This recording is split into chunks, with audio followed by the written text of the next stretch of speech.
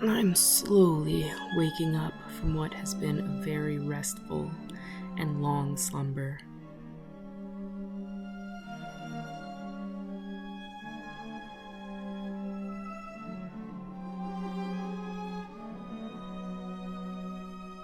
All this time, I've been nestled inside of a cocoon-like box, with my shapeless body having been wrapped up in dark matter, like a warm blanket of protection, shielding me from any outside intrusions.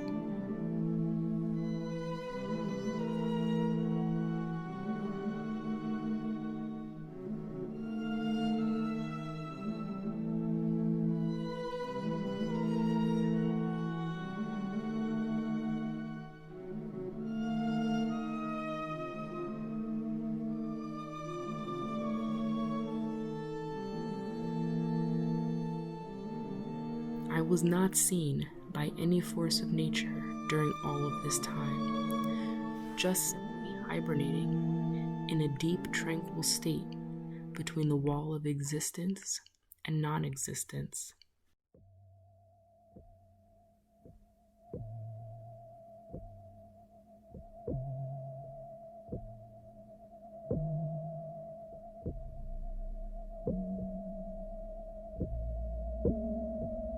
I must have been away for a long time, perhaps 1,000 years or more, for my mind and body do not seem to be working in tandem with one another.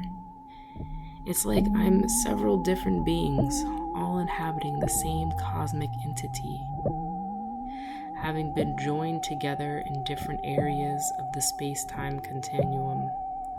I'm no longer a fossilized creature, trapped in amber for someone to discover 1,000,000 years into the future.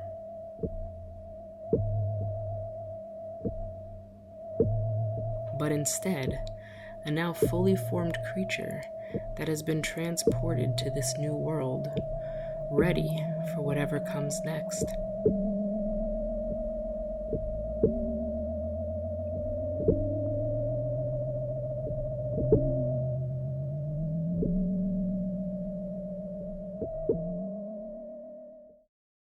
I can see that this planet, on the other side of the amber-shaped glass, is relatively young, with a very primitive species that occupy its rocky surface.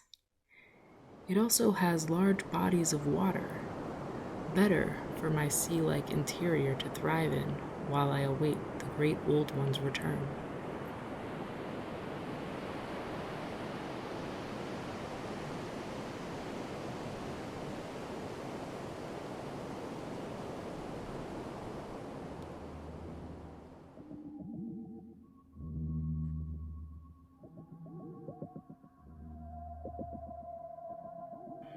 Earth is what they call this rocky planet with its masses of water.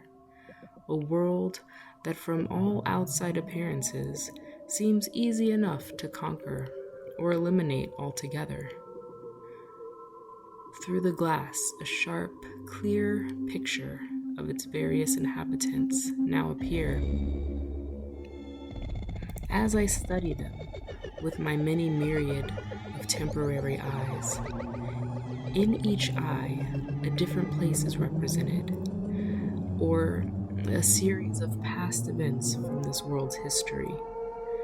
The pattern is instantly recognizable from my many travels to other inhabitable worlds, where civilizations were established, then destroyed by our kind.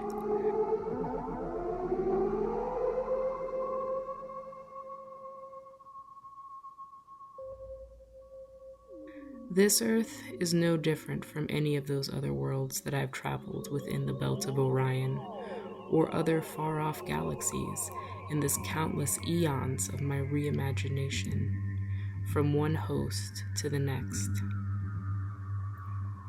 These human beings, as they call themselves, are of a fractured and highly volatile nature. And this is all the more reason that it will be easy when it comes time to build all new cities after their kind is enslaved by our master, the Great Old One.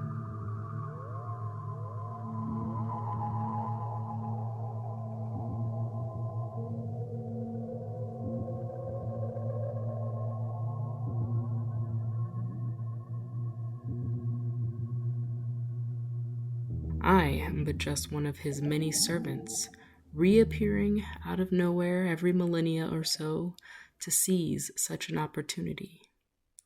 I know that the Great Old One, better known to the reality's inner bubble as Cthulhu, will be pleased with this new world I've stumbled across.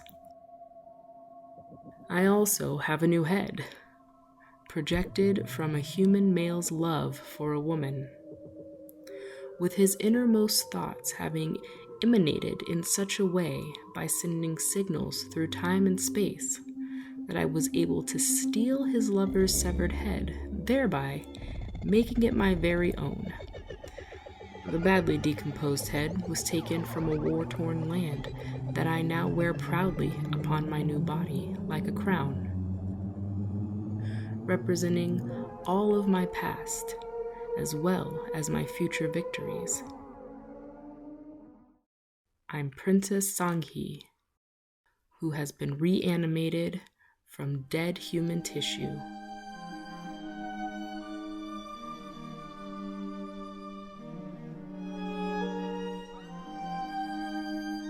A gelatinous black slug in the muck of the outer regions who is about to enter Earth's atmosphere for the very first time.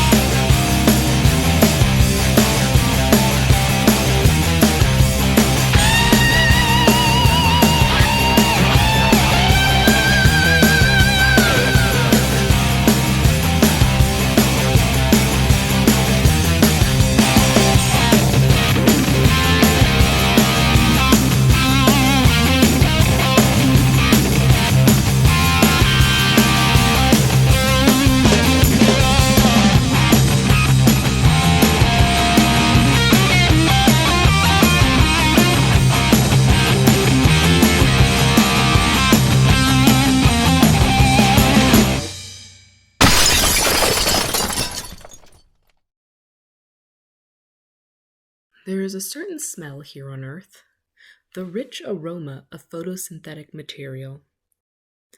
Unlike other worlds I have helped to conquer, the Earth is not gaseous and contains actual gravity. I'll need to adjust my breathing for the oxygen that this world feeds off of.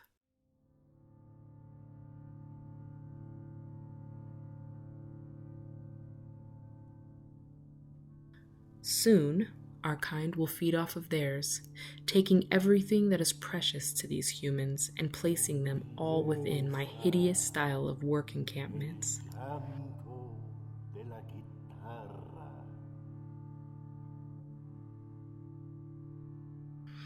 The structures I plan to erect in Cthulhu's honor will tower over any of those that have ever been seen here on Earth. Obelisks that will symbolize the god who lives deep in their oceans. Dagon and other deities such as the Yig, father of the serpents.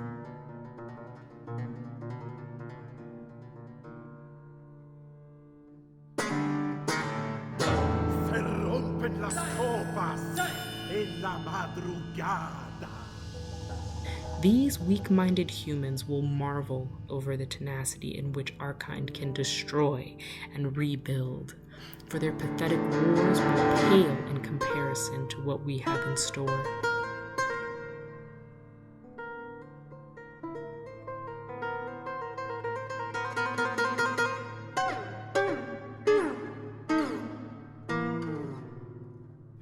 The humans will also learn in time to worship the elder gods, while their gods will be lost to their own collective history, abandoned forever, along with the freedom to roam at will, which they seem to cherish so much.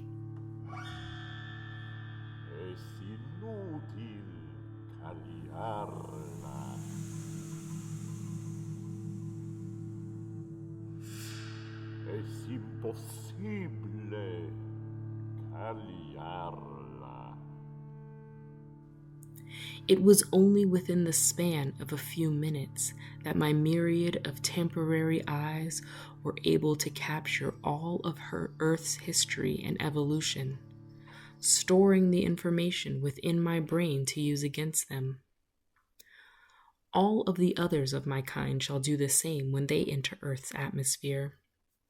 They will rain terror, the likes of which have never been seen before in any of their wars, in order to create a new world within an older one.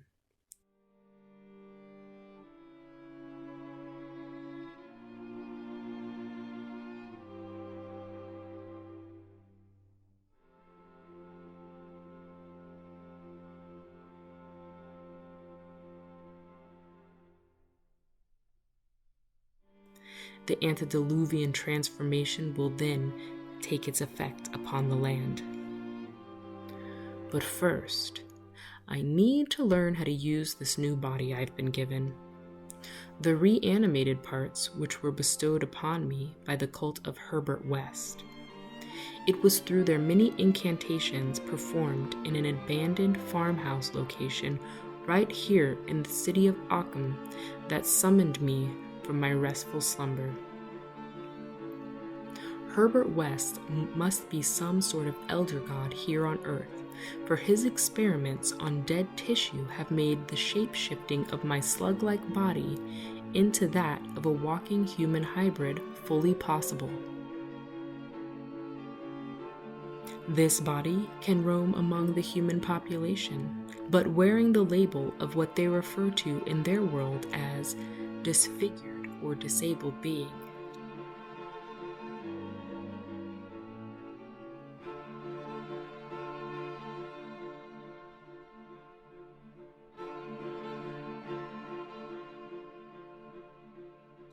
I will still walk among them nevertheless, waiting for just the right moment after all of the others of my kind have been summoned. These legs I've inherited are fresh from a corpse of a human female. The limbs still appear to be intact, as they had expired a few hours before being attached to my body.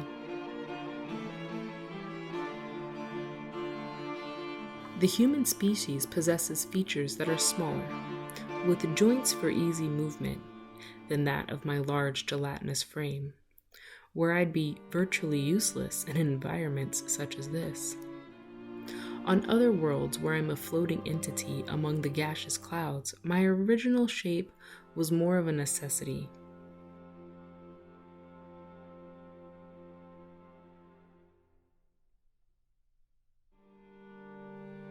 I'm glad that most of the reanimated parts are still useful to me. The red-headed woman's lower abdominal area had its inner organs reattached, which I'll have to conceal under some sort of clothing. Perhaps a cloak.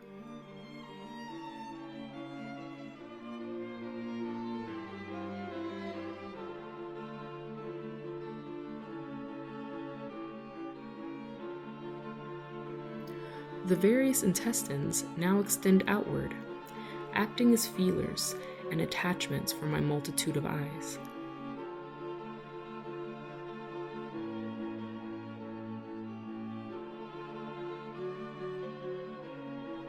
I'm in the apartment of this human male known as Abner Lane, the one who helped me obtain a human head.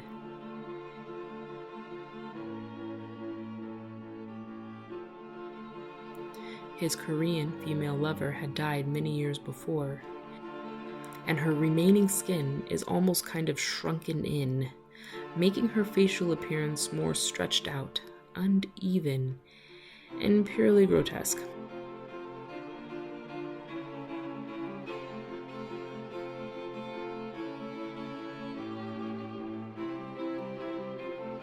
Her mouth is still agape, frozen that way from when she was beheaded by a soldier in an act of war. It's crazy how these humans seem to value things like their own freedoms and the ability to choose one's destiny. But they're so inept when it comes to the virtue of self-preservation or helping their own kind to survive.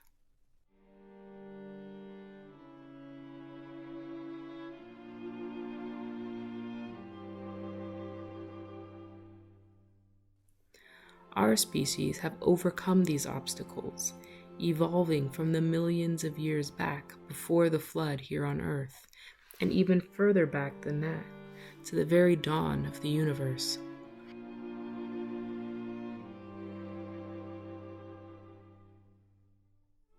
We have persevered and carried on despite having no true world of our own, conquering and feeding off of different species we encounter in our various travels, replacing their own selfishness by serving and worship of the elder gods. In this realm, there is but one certainty, that when the stars have aligned properly, the great old one will come again to take his rightful place in order to rule the universe.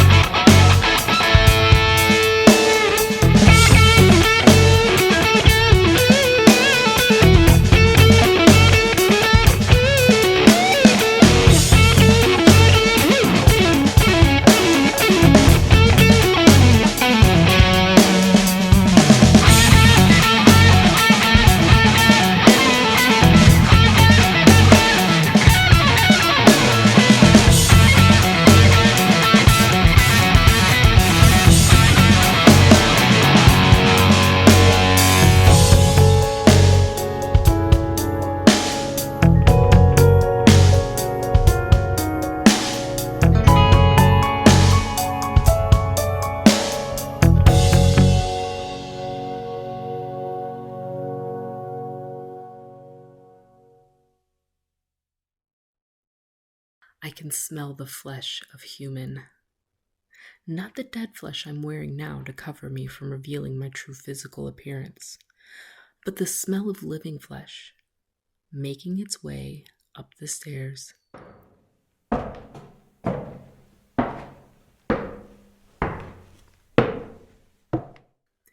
It's the man who lives in this very apartment, the human that summoned me out of my slumber and guided me into this world.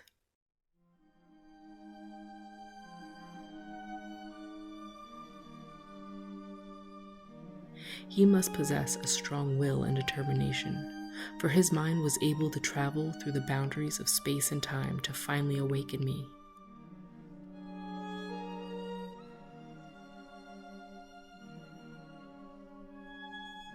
The love that he had for the woman, whose head I now wear upon my shoulders, transcends all of humanity's understanding. As part of his very soul entered the realm of the cosmic entity.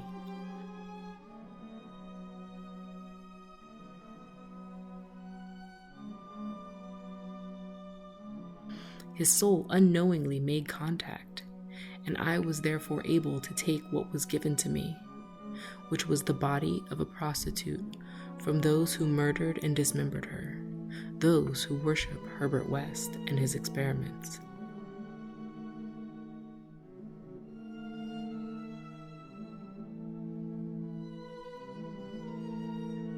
This, along with the reanimated Sang-Hee trophy head, has helped me to fully materialize as a being here on Earth.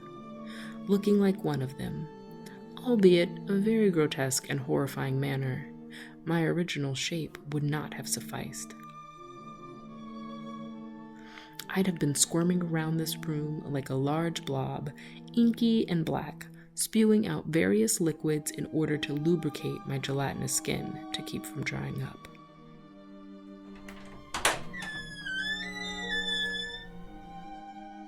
There he is, the man who made all of this possible, staring at me in astonishment as he walks into his apartment and sees me staring back at him with Sang-Hee's reattached head smiling at him.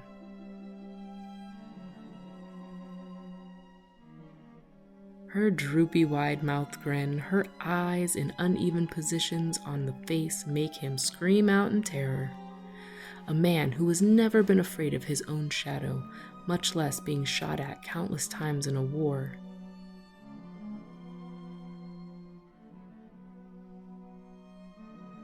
A man who survived and returned as a decorated hero.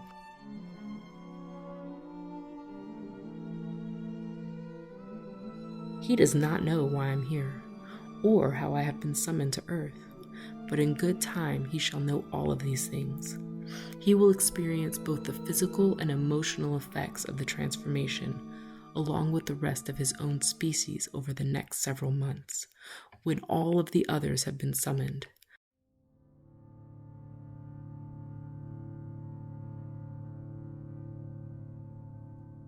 The cult of Herbert West will make mankind's destiny a reality through their nightly worship of the elder gods, contacting them one by one, as I was contacted by this man, who now stands before me in such horror and disbelief.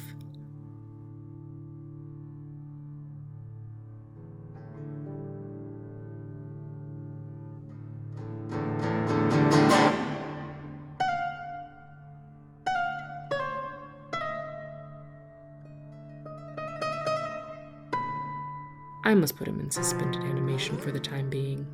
He is not to tell anyone about me, that I even exist, or that I've broken through the walls of my dimension from his television, entering into his earthly domain, for now he will be able to see me, but not touch anything, as he hovers over his own apartment living room, an insect trapped in amber, just as I was before coming to this planet. Las copas en la madrugada. He will cry out, beg to be freed from his state of quiet calm and stillness, where he will not be able to hear a sound nor move a muscle. The only thing remaining intact is his brain. and the soul which summoned me here. I can feel his tortured mind, his terrifying anguish as I keep watch over him for now. A few weeks, perhaps even months or years will pass before I decide what to do with him.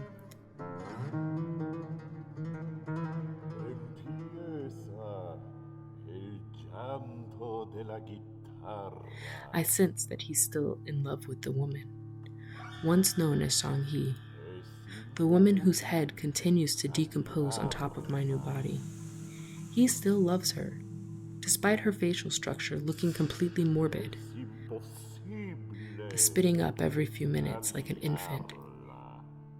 It is true what I sensed about this human after all. In his mind, I can clearly hear his every thoughts as he continues to call out to her. The tentacles attached to my lower abdominal area reach out to where he now floats above, silently caressing his head.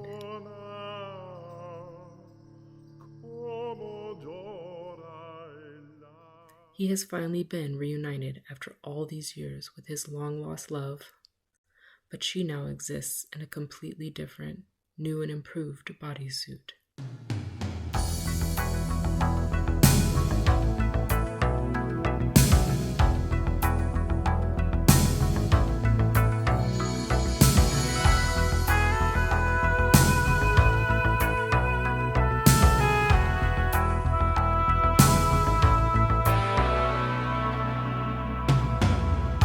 Swaying room as the music starts, strangers making the most of the dark.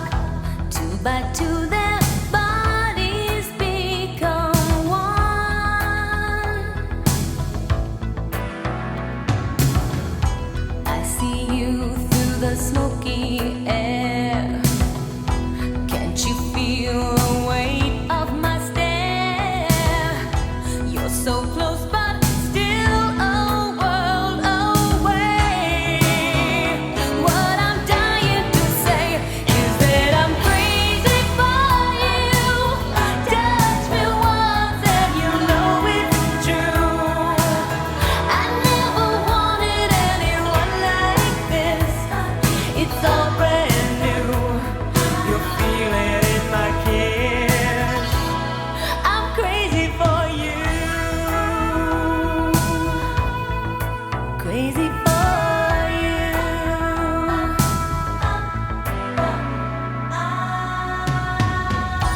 Trying hard to control my heart. I walk over to